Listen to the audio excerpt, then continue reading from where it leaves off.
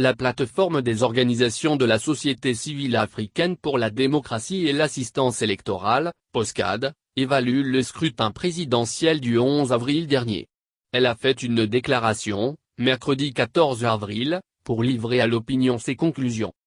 La plateforme des organisations de la société civile africaine pour la démocratie et l'assistance électorale, POSCAD, analyse le processus électoral au Bénin. À la faveur d'une déclaration, elle a dévoilé les grandes conclusions qu'elle en a tirées.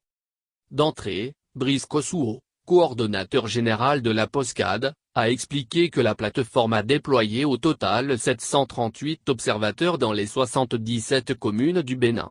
Ceux-ci ont parcouru 11 070 postes de vote. Il ressort de leur point un bilan appréciable dans l'organisation du scrutin. Brice Kossouo relève dans ce registre, entre autres, la régularité des heures d'ouverture et de fermeture des postes de vote, hormis certains retards, la présence au poste des agents électoraux est visiblement outillée pour l'accomplissement de la mission, la présence remarquable dans les postes de vote des représentants de certains duos candidats. Relativement à l'affluence, la plateforme relève que les populations sont sorties au compte-gouttes dans la matinée du dimanche 11 avril pour accomplir leurs devoirs civiques. Selon la plateforme, cette situation s'explique par un climat de menaces, de représailles, d'intimidation provoquant la peur et la psychose au sein de la population suite aux violences orchestrées et accompagnées de destruction de biens publics et privés dans la dernière semaine de la campagne, l'interdiction par le régime de la rupture de la corruption en période électorale, l'ignorance de l'heure de fermeture des postes de vote par certains électeurs qui se présentent après la clôture du vote. La POSCAD a observé, tout de même, une grande affluence des électeurs dans l'après-midi.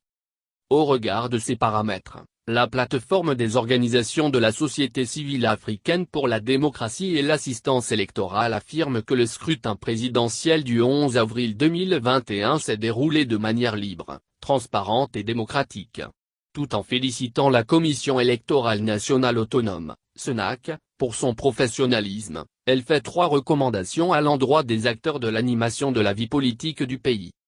Elle préconise aux politiciens le respect des dispositions constitutionnelles en vigueur, la recherche du consensus aux divergences politiques. Elle suggère aux médias internationaux de procéder aux vérifications et à l'assurance des données avant leur diffusion.